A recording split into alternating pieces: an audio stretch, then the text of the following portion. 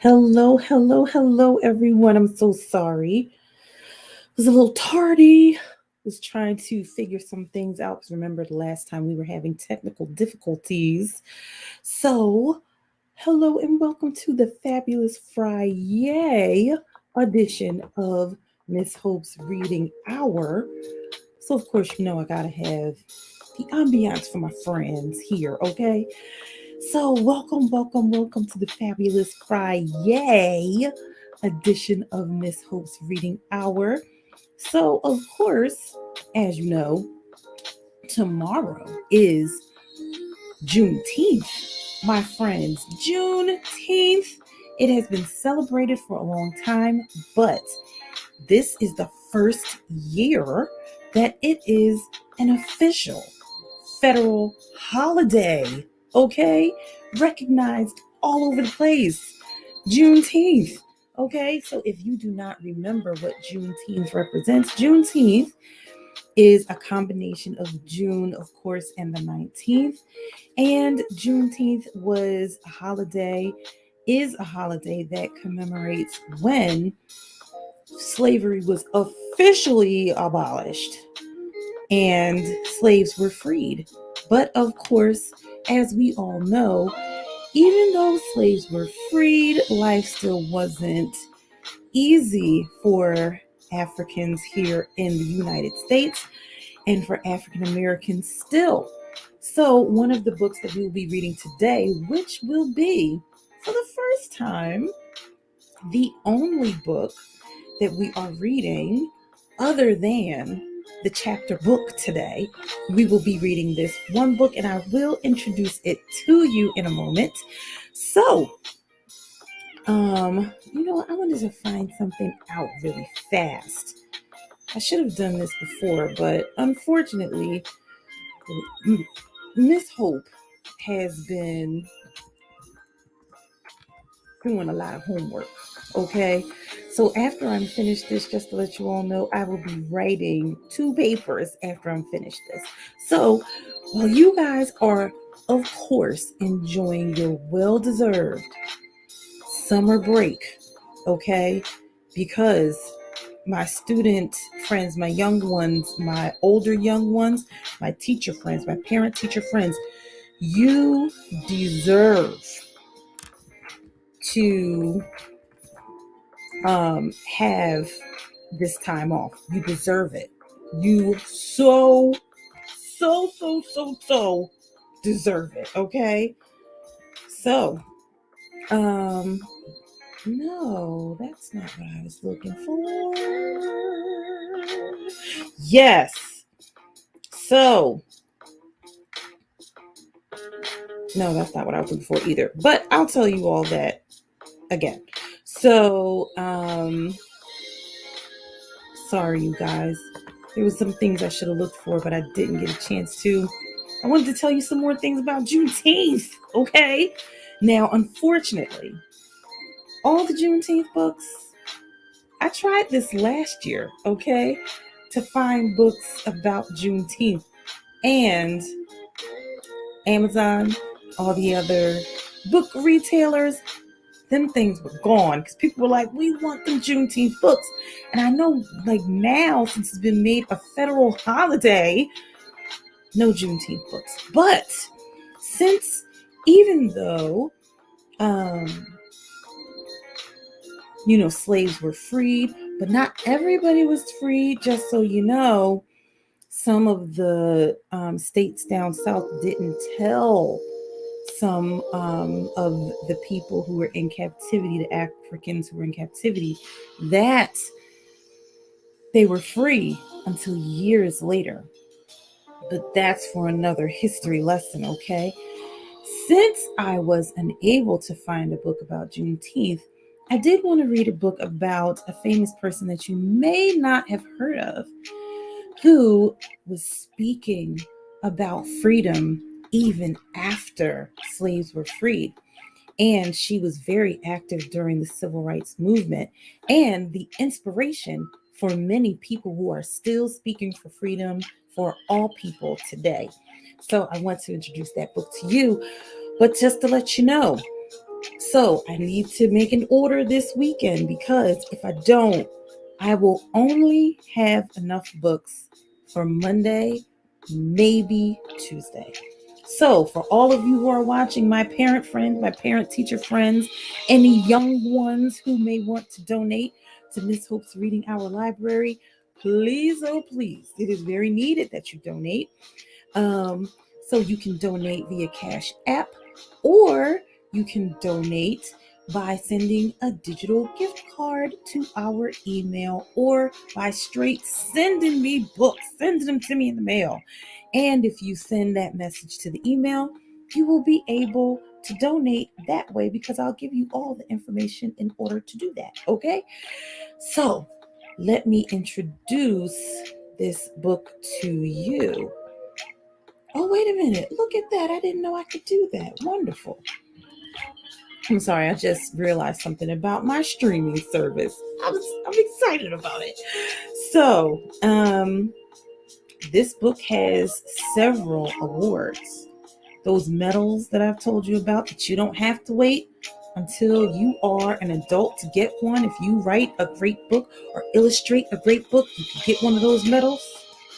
So this book is called Voice of Freedom.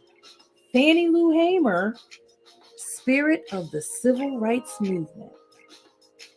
Fannie Lou Hamer, have you ever heard of her? If you haven't, you're going to hear about her today. This book is by Carol Boston Weatherford, illustrated by Akua Holmes. And this book got the Caldecott Honor Book Medal, very prestigious medal, the Robert F. Sisbert Honor Book, and the Nonviolent Social Change John Steptoe New Talent Coretta Scott King Award. You see all three of those medals right there? Just for this one book. That could be you, young ones, older young ones. It could be you, okay? So that's our one book because there's a lot in this book, okay? And of course, some more about these Unteachables, y'all. Some more about them, okay? Now, let us get to our first book, Voice of Freedom, Fannie Lou Hamer, Spirit of the Civil Rights Movement. All right, so this is a new book. I think I got this book in my first shipment when we first started getting a lot of books this year, and I never got a chance to read it. And now, what an auspicious occasion! All right,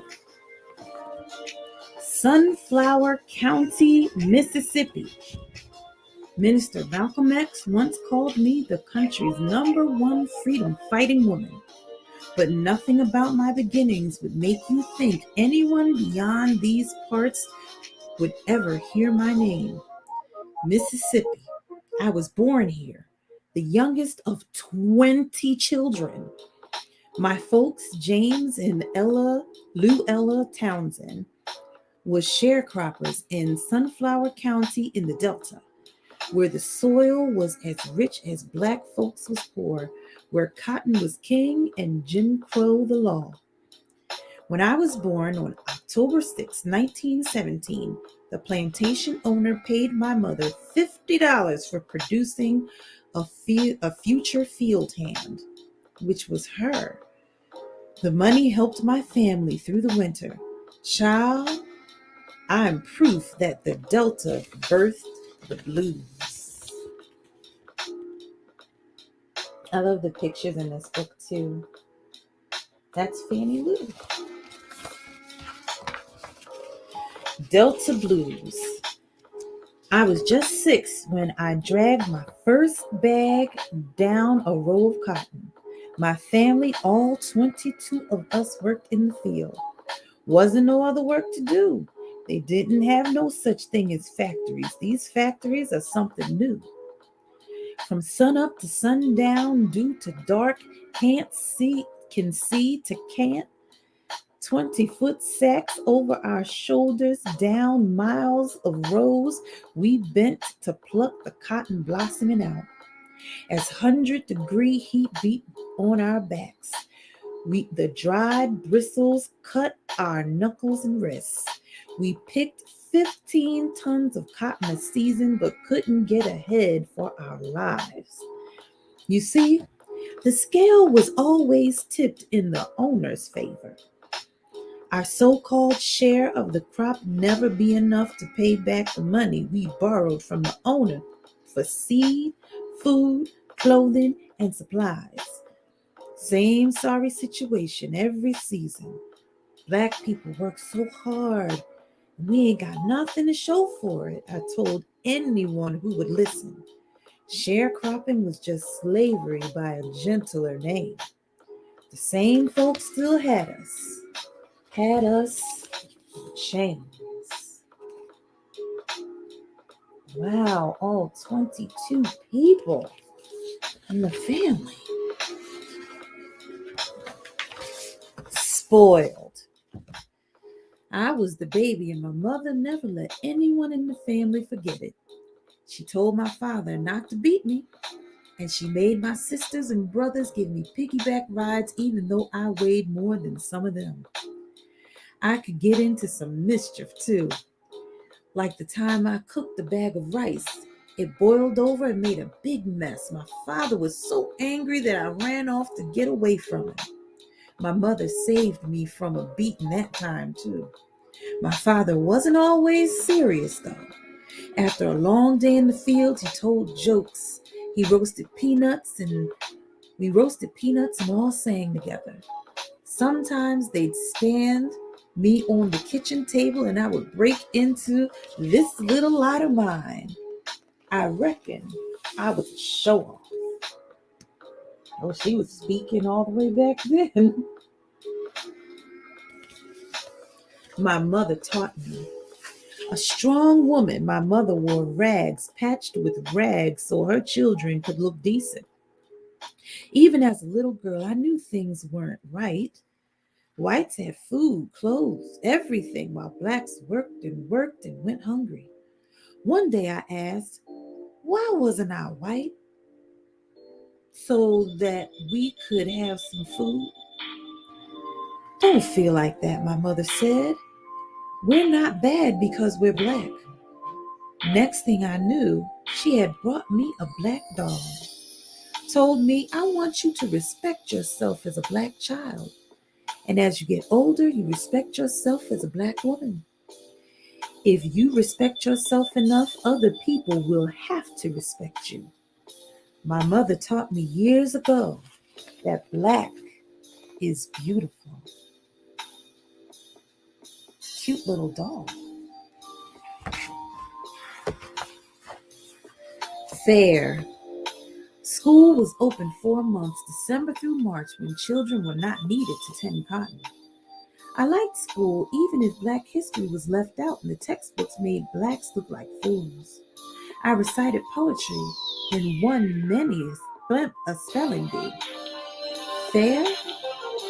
May I have a definition? Free of bias, dishonest, dishonest and injustice. Fair. F-A-I-R. Fair. I sang too up through 6th grade, then left to work full-time in the fields. My family needed every hand if we were to break even. At 13 years old, I picked 300 pounds a week. But I missed my school books. I gathered newspaper scraps along the roadside and magazines from the plantation's trash just to have something, anything to read. I was so hungry to learn. My mother drilled this into me.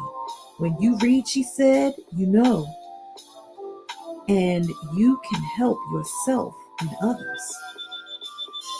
Not much food and rarely meat on our table. Often greens with gravy or onions with bread or cornmeal. Neighbors gave my mother chitlins, pig feet, and hog heads for helping with the slaughter. Our beds were cotton sacks filled with corn shuck and grass. We had no electricity. heat or plumbing, and no money for a doctor to look after whatever caused this limp, or to save my mother's sight when a wood chip hit her eye. Once my father managed to buy a wagon, plow, 3 mules, Ella, Bird, and Henry, and 2 cows, Mullen and Della. But a white neighbor poisoned the livestock. Just couldn't stand to see black people getting ahead. That knocked us right back down to doggone dirt poor doing without. My parents never did get a chance to get up again.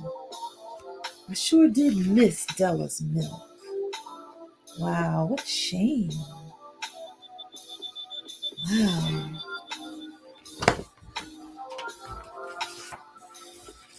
Not everyone could move north. Hardship after hardship wore my father down. By the time I was 22, we had buried him. Most of my brothers and sisters moved up north hoping for higher pay and a better life. I can't blame them. Jim Crow chokes every chance a black man gets down here. Who wouldn't long for something better? I might have gone too, but my mother needed care. I couldn't bear the thought of her in some nursing home. She was in her 80s, nearly blind and worn down by hard work. When she moved in with me, sometimes I read to her, other times I'd hear her sing songs that would really sink down in me, powerful message songs. I never regretted staying behind, not a single minute, not a single note. What a good daughter. Stay and take care of her mom. Worse off than dogs. I married Perry Hamer, Pap as he's known. A good man, a few words, steady as a rock. My last name changed, but little else. I joined Pap on the Marlowe plantation where he drove tractor. I just picked down different rows. I canned produce. Pap shot rabbits and squirrels, and we caught catfish and perch. On the side, we ran my father's old juke joint and sold bootleg liquor. We never went hungry, but we were still poor. We couldn't stand that Marlowe's dog, Old Honey. Had its own indoor bathroom while me and Pap used the outhouse because our toilet stayed broken. The owner wouldn't fix it, said we didn't need it. Besides picking cotton, I was a timekeeper. I tracked hours worked, bales picked, and pay owed. But the boss fixed the scales to cheat us sharecroppers. When I could, I used my own scale to set things right. When I couldn't, the lie weighed on me heavily. I bet it did. All your friends who were sharecroppers, you were helping to cheat them, but not really wanting to, you know? Motherhood. In 1954, me and Pap adopted 2 little girls. I sang spirituals to Dorothy Jean and Virgie Ree, just like my mother had done to me. In 1961, a doctor tricked me into an operation supposedly to remove a growth.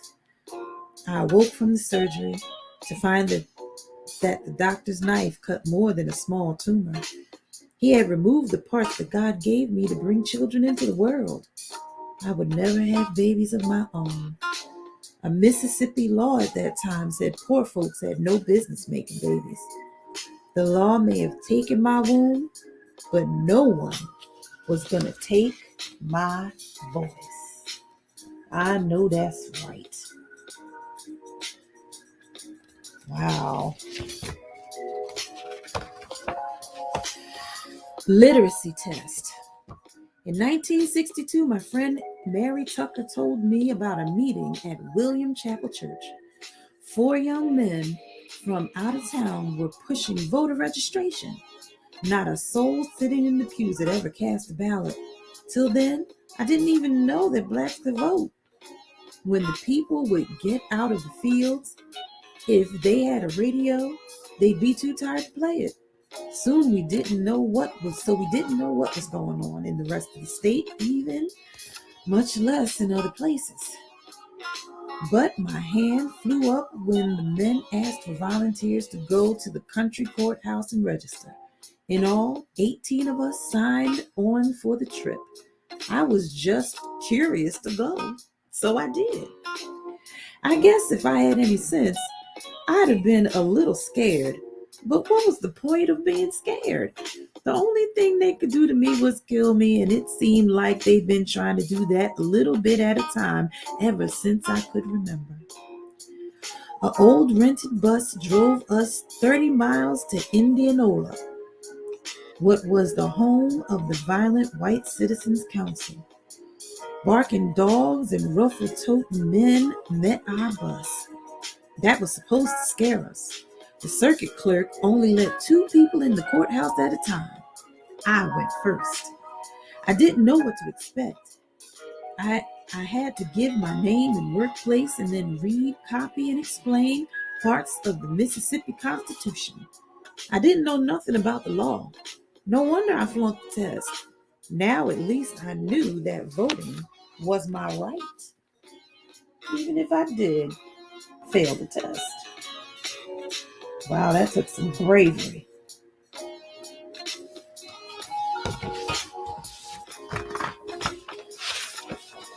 On the move. On the bus ride home, a policeman stopped our bus to arrest the driver on account of the yellow bus looked too much like a school bus. A phony charge if ever I heard one. We emptied our pockets, scraped together $30 toward the bogus fine. Back at the plantation, my boss had already set my stuff in the road. Said they wasn't ready for that in Mississippi. He gave me a choice: withdraw my name at the courthouse or move on. All I could say was, I didn't go down there to register for you. I was down there to register for myself. Later that night, I left my home and family to move in with the Tuckers. But before long, night riders came around. They shot in the house 16 times thinking I was there. I couldn't risk the Tuckers' lives. For 2 months, I moved from place to place, hiding out with friends and family.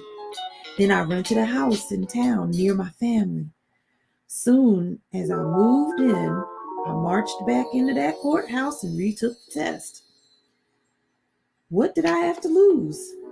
There was nothing they could do to me. They couldn't fire me because I didn't have a job. They couldn't put me out of my house because I didn't have one. There was nothing they could take from me any longer. A month later, I heard that I had passed. The price of freedom. Before I could cast a single vote, I had to pay a poll tax I couldn't afford and dodge the night riders who cruised slow as molasses past my house with guns after my name was printed in the paper. Too bad a voter registration card couldn't pay the rent. When Pap lost his job, we got by on $10 a week raised by those young voting rights workers who opened my eyes to the change a-coming. I hopped aboard the train. Wow. All of that for the right to vote. SNCC, SNCC. Those young folks had something else. Those young folks was something else.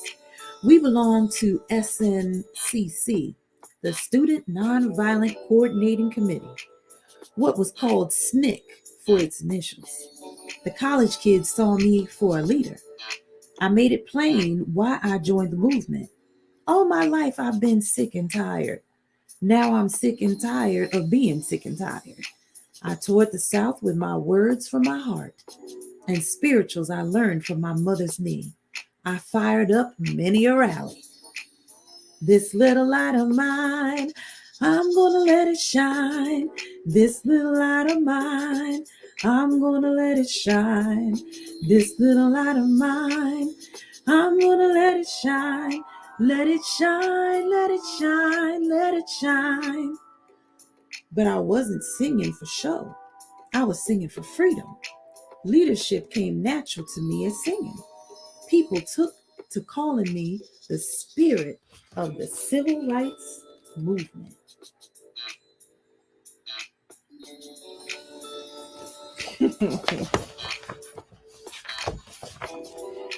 The beating.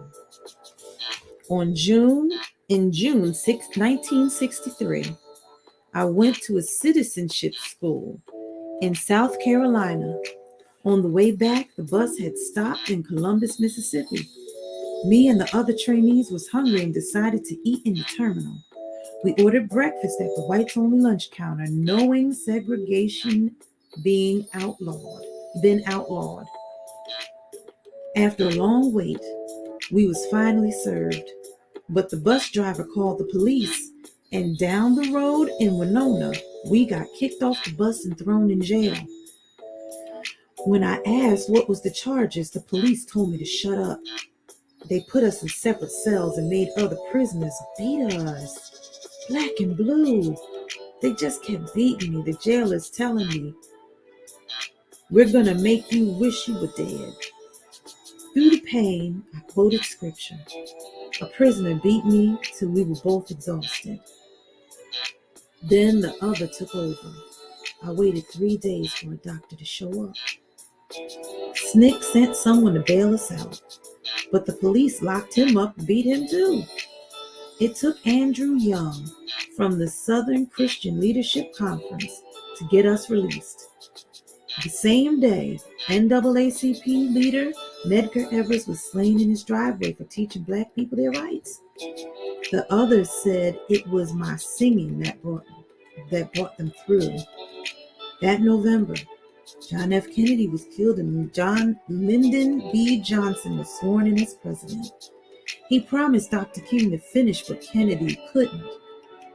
In 1964, Johnson signed the Civil Rights Bill into law. The blood of freedom fighters was in his hand.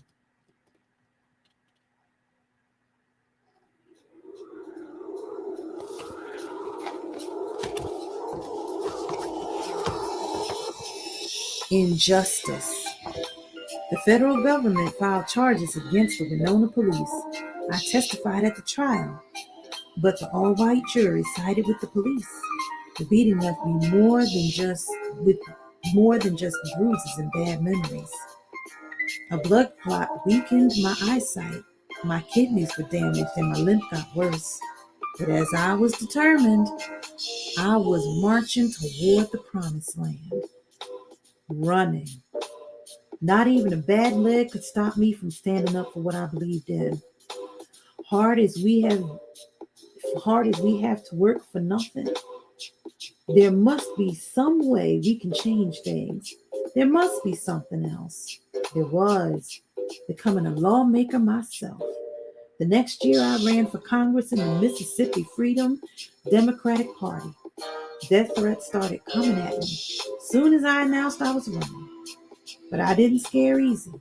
I meant to prove to anyone, black or white, rich or poor, could get involved in American politics.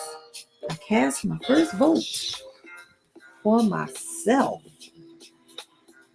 Wow. First time she got to vote for herself. Freedom Summer.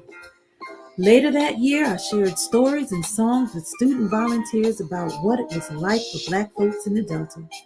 After the training, the students set off on a campaign called Freedom Summer. Some be running freedom schools, teaching reading and the right to vote. The Ku Klux Klan killed some of them students.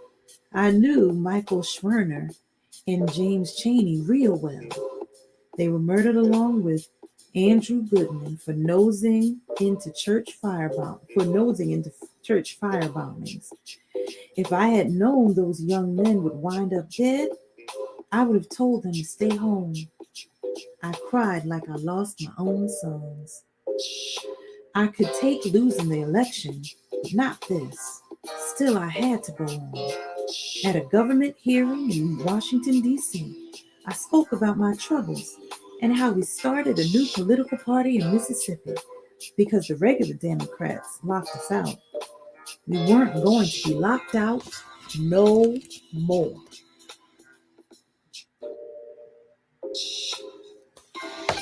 Wow.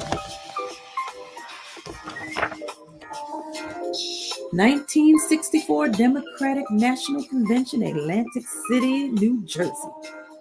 I was vice chairman of the new Mississippi Democratic Freedom Party. That August, we sent a delegation to the Democratic Party's National Convention. We went to make a case that the regular Democrats from Mississippi was unlawful because they did not represent Black people. We went to demand a seat at the table, a voice in our democracy. But we had not bargained on dirty deals dreamed up to shut us down. President Lyndon Johnson called a press conference just to get the cameras off me when I spoke about the Credentials Committee. His trick backfired. The TV networks taped me and ran my statement during prime time when most people be watching. If the Freedom Democratic Party is not seated now, I said, I question America. Is this America, the land of the free and the home of the brave? We stole the president's thunder, and our support swelled like a storm cloud. Johnson was scared we would cost him Southern support in the nomination. He sent Herbert Humphrey, a pro-civil rights senator from Minnesota who wanted to be on the ticket, as his vice president. Johnson ordered Humphrey to stop us. Humphrey met with me, Dr. King, and our party's lawyer. The lawyer told us we should give in to get Humphrey elected. After I said that our cause was larger than one man, they didn't let me come to no more meetings. They struck a deal without me. We would get 2 at-large delegates. The rest of us would be honored guests and just sit and watch, not vote. We had not come 900 miles for 2 seats. I threatened to I threatened to hurt the chairman if he took the deal. He turned it down, and least state delegations could no longer get away with barring Blacks. Wow. She was a tough cookie. Africa. I can't believe how far fame took me. All the way to Guinea with singer Harry Belafonte. When the pilot on the flight from Ghana was Black, I knew I was in for an awakening. What little we had read about Africa was just wild. At the time, Guinea had just got independence from France. I was so proud that Black people was running the government. I had never even seen Black people running banks. I was sort of sad that I was treated better in Guinea than in my own country. I cried when I saw boiled green peanuts like we eat in Mississippi, and when I heard the same tunes that my grandmother had sung, only with different words. So many things reminded me of home. My ancestors spoke to me. I wondered, could some folks I met be my distant kin? I was angry that slavery had cut the ties. Wow. Washington. Back home, I ran for Congress again as a Freedom Democrat, not to win the election, but to prove that the election needed to be thrown out and that the white congressmen should not be seated. Why? Because I had been barred from regular Democratic ticket and the state had blocked so many Blacks from voting. Ann Devine, Victoria Adams, and I took that fight to Congress. We won more support than expected, but not as much as we needed. Anna, Victoria, and I sat right there when the decision was read. When the first Black woman ever to sit we were the first Black women ever to sit in Congress on the House floor. But the history making didn't go to my head. In 1965, I went back to my grassroots work, suing Sunflower County for blocking black voter registration and marching with Dr. King in Alabama and Mississippi.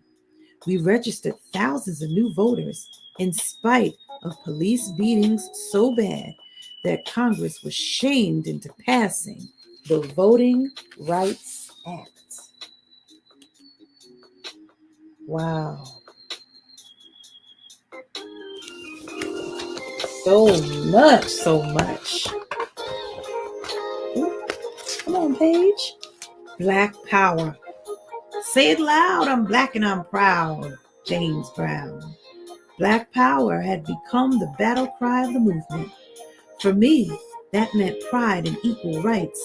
But for Stokely Carmichael, the new head of SNCC, it meant fighting if need be. And it meant having an all-black staff. Hurt my heart to lose Bob Zellner and the other white workers so committed for so long. How could I hate? I mourned whites who died for freedom. I have lived long enough to know that no race has a corner on decency. I feel sorry for anybody that could let hate wrap them up. Ain't no such thing as I can hate anybody and hope to see God's face. Out of one blood, God made all nations. So true, Fannie Lou Hamer. America's problem. On my fundraising tour, I called racism America's problem. Whatever you give, I told the crowd, it's not only to free me in Mississippi, but it's also to free yourselves because no man is an island. Racists can be some kind of rats, though. In 1967, my daughter Dorothy took sick after her second child was born. I drove more than 90 miles all the way to Memphis, Tennessee, to find a hospital that treats blacks. Then, right outside the hospital entrance, my Dorothy passed away in my arms, gone, just like that, because she's sick and couldn't get enough to eat. Now me and Pap got grandbabies to raise. I prayed their future would be brighter. In 1967, Robert Clark, a Freedom Democrat, cracked the door to the State House. He was the first black person elected to the Mississippi legislature since Reconstruction, when slavery had just ended. In 1968, Dr. King and Bobby Kennedy, a senator running for president, were both killed. Those were dark days.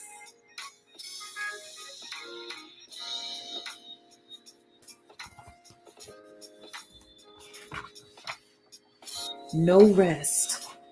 Summer of 1968, I sat at the Democratic National Convention in Chicago as part of the Loyalist delegation, what was formed to crush the Freedom Democrats. Still, I let my voice be heard for aid to farmers and against the war in Vietnam. I was weary as an old soldier, but I couldn't rest. No, I couldn't. Not as long as blacks was poor, schools was segregated, and black teachers was discriminated against. Not as long as laws be holding women back. One day, an old white man told me he appreciated me doing what he was afraid to do. Ain't no telling how long he'd wanted change. He could not be free until I was free.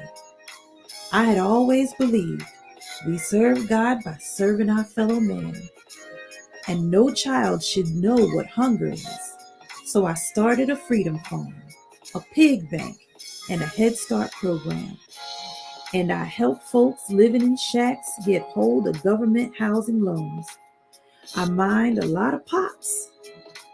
I give in my 2 cents to the women's liberation movement.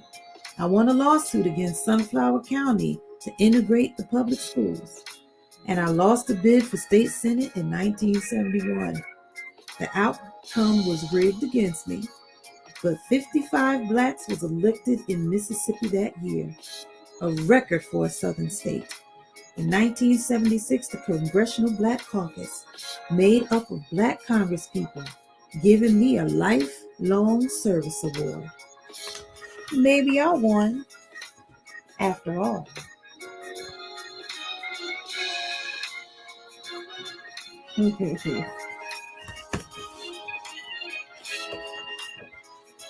Oh,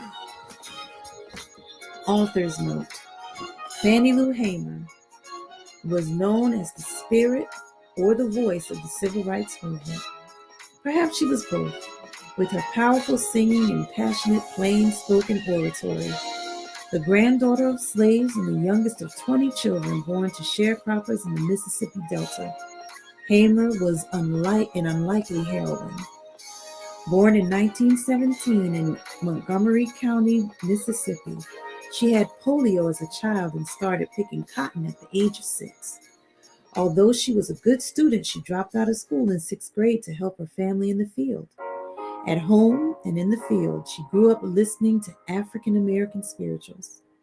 In 1944, Hamer married sharecropper Perry Pap Hamer and moved to the Marlowe plantation. She was unable to have children after surgery that the state ordered for poor women, though Hamer and her husband adopted 2 daughters. At the Marlowe place, Hamer cooked and cleaned in the owner's home. Because she had mathematical skills, she also was tapped to keep time, weigh the cotton, and pay the workers their share. Although the plantation owner rigged the scales to cheat the sharecroppers, Hamer strove to be fair, using her own scale if possible. In the Mississippi Delta, daily life was so grueling and poverty so great that Hamer did not realize voting was her right until young grassroots organizers mobilized her community. When she tried to register to vote, she not only failed the poll test, but also faced backlash from the plantation owner. He fired her and made her move off the plantation with her family. They eventually reunited in a house in town. By then, Hamer was working tirelessly for racial equality. In 1963, after demanding service at a whites-only cafe, she was jailed and brutally beaten in Winona, Mississippi. The injuries plagued her for the rest of her life. Still, she rose from a community activist to become a national spokesperson for the Student Nonviolent Coordinating Committee, or SNCC. Hamer spoke at rallies and on college campuses, moving audiences with her booming voice and soulful singing. On the front lines of the freedom struggle, she joined sit-ins, led voter education programs, and marched with Dr. Martin Luther King Jr. She helped form the Mississippi Freedom Democratic Party and addressed the 1964 Democratic National Convention, exposing voter discrimination. Hamer ran 3 times for elected office. Beyond the civil rights movement, Hamer helped start a Head Start preschool program and ran a farm project to reduce hunger in her community. She also led the Cotton Pickers Resistance Movement and co-founded the National Women's Political Caucus. In 1969, Tougaloo College awarded Hamer an honorary doctorate, and in 1972, the Mississippi House of Representatives recognized her with a proclamation. She died in 1977. Tongue-tied. Today, the street, the post office, youth center, and Memorial Park bear Hamer's name in her hometown of Louisville, Mississippi. The end. Woo! That was a book. Voice of Freedom, Fannie Lou Hamer.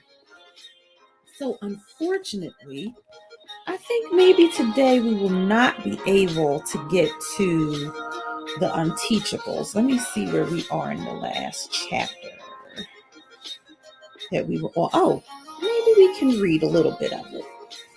But I really wanted to finish that book so that people can, my young ones, my older young ones, parent friends, parent teacher friends,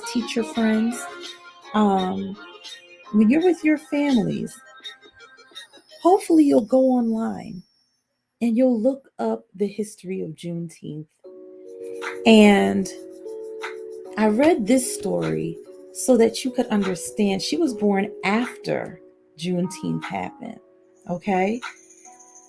And to understand just how far we still had to come and what so many African American people and other people who stood alongside them of other nationalities and other ethnicities, what the struggle for freedom has been like from the time that slaves were freed up until even 1917 when she was born and 1977 when she died.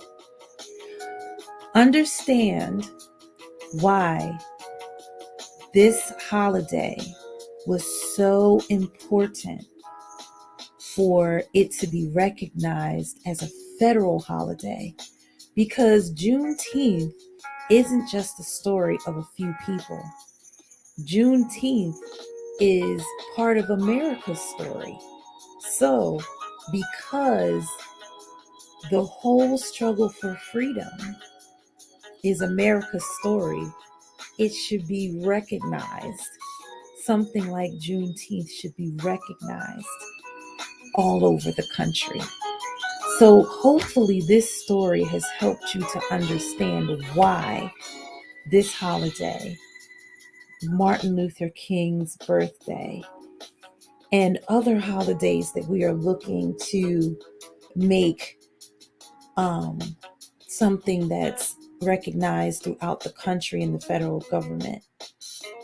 It's important for people to hear the stories of people who have struggled for all of us to be free. Just like she said in the story, how the older white man told her, "I'm so happy that you're doing something I was always afraid to do, because I can't be free until you're free." Oh, so important. Such a great book about her life. This is definitely a book you should get for your library. And maybe you can't read it with your children or your students all at one time, like I did today, but it is definitely worth the read, especially around this time of Juneteenth. Happy Juneteenth, everybody, since I won't see you on Saturday. But let's read the rest of this chapter. There's only a few pages about Parker Elias. Where did we end? We ended with the grandmom, them taking her to, his mother driving the grandmom to the senior center and then dropping him off at school. Okay. So,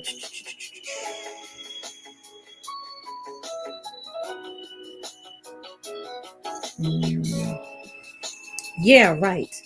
Fun. That was the last word that comes to mind when I think of SCS 8. On the other hand, a sit down with Grams and a social worker won't be a party either. I'm probably getting the better deal. As the pickup roars off, I hear a crunching sound. A crushed vuvuzela lies on the pavement, the plastic busted by the weight of the truck. It seems like there are more of them around every day as we get closer to Spirit Week. And these are just leftovers from last year. The word is that Principal Vargas just placed this giant order for new ones for 2019. They're going to be bright yellow, our school colors, and say, "Go, go, Golden Eagles" on the side. It doesn't make much sense to me that you can get a detention for chewing gum but blasting away on a horn as loud as an air raid siren is considered school spirit. Instead of being late like most other mornings, I've got the opposite problem. I'm early. The buses haven't started arriving yet. I wandered down to room 117, but nobody's there. And the kids of SCS 8 dribble in 10 seconds before the late bell. And at that, we're usually ahead of Mr. Kermit. The only signs of life are coming from the room next door, 115. Miss Fountain is in her classroom rearranging Velcro smiley faces on her job board. They're already a Hershey's kiss sitting in the middle of each desk. You know what Mr. Kermit gives us every morning? Nothing, if you don't count dirty looks. She spots me standing there in the doorway. Good morning, Parker. You're early today. Come have a kiss. I stared at her for a long time before I realized she was talking about the candy. Thanks. The chocolate is sweet in my mouth. When you spend all your time in SCS 8, you almost forget there's another way to live. My eyes find the lizard terrarium. Hey, I said suddenly, Vladimir's back. My eyes find she beams. Mr. Kermit found him for me. Really? That doesn't sound like Ribbit. The Ribbit I know, the one who wouldn't give anybody a skin off a grape. Suddenly, I experienced an almost irresistible desire to drop to the floor and sit cross-legged on the taped circle. I know Miss Fountain's teaching style is too babyish for our age. The circle time that day might have been the most comfortable I felt in middle school. When you're in that circle, nobody's going to ask you to read something that's written in unbreakable code. Maybe Aldo can't come up with any nice things to say, but I'm willing to go with it. If it means no reading, I'll even say nice things about Elaine. A couple of seventh graders show up, and there's an emotional reunion with Vladimir.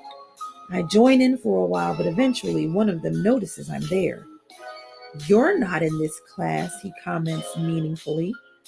That's right, I reflect with a sigh. I'm not.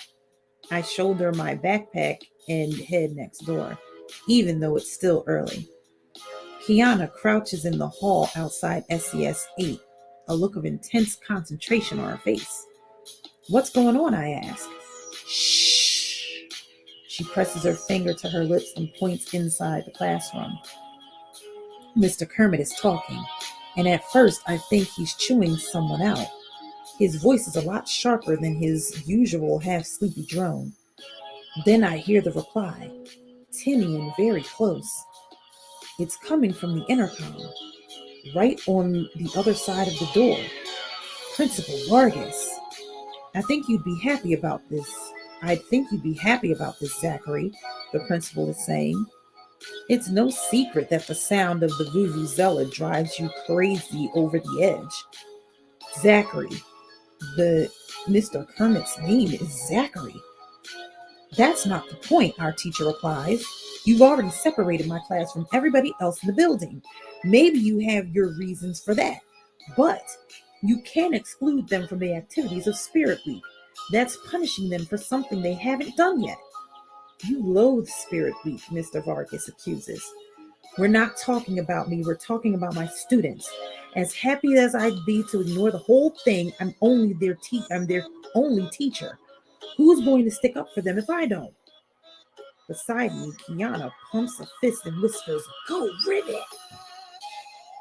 Think of what you're talking about here, the principal insists. Think of the disruption they're capable of. Now picture them with vuvuzelas in their hands. Let that be my problem, Mr. Kermit says stubbornly. It's not going to be anybody's problem, Mr. Vargas insists. It's a done deal, Zachary. Your kids are out. We hear the click of the office as the office breaks the connection. On the other side of the door, Kermit mutters something I didn't make out. Did you hear that? Kiana breathes. Mr. Kermit cares about us. I didn't hear anything about caring, I retort. That was all about vuvuzelas, which we're not getting anyway. Weren't you paying attention? He fought for us. I can't figure him out, I complained. He hates vuvuzelas. Why would he want us to have them? So he can kill whoever blows one? She throws up her hands in exasperation. Don't you see? It's not about the noisemakers. It's about fairness. That doesn't make much sense to me. If life was fair, there would be no such thing as the Unteachables in the first place. We will end there today, my friends. So funny that this part of chapter 9 kind of mirrors Miss Fannie Lou Hamer. So I'm so glad I got to read with you all today on this fabulous Friday. Hopefully you have some Juneteenth celebrations to go to. If you do not, you can have one right at your home. Learn a little more about Juneteenth. Look it up on YouTube. See some YouTube videos. I know here in Philadelphia, there are several celebrations going on. There are marches and events going on. Of course, keeping all of the COVID restrictions in mind, though we are opening up and safety. So, as you go out for your Juneteenth celebrations, make sure that you are taking your sanitizer, washing your hands thoroughly, and being safe and mindful of the people who are around you, okay? Well, my friends, this was a very informative, fabulous Friday. I'm so glad I got a chance to read this book about Miss Fannie Lou Hamer. And we both learned some new things about her. I did not know that she was a sharecropper with her parents, that there were 20 siblings. I didn't know that she had polio. She's just been strong from the gate, okay? And that she ran for office 3 times. Did not know that, okay? Both of us learning together. I love that. You know Miss Hope loves that. Anywho, I'm so glad I got to be here with you all this evening. I hope to see you on a marvelous Monday broadcast. And I am wishing you a great, wonderful, restful, and happy and safe weekend. Hopefully, I'll see you right back here on Miss Hope's Reading Hour. Until then, my friends, see you next time.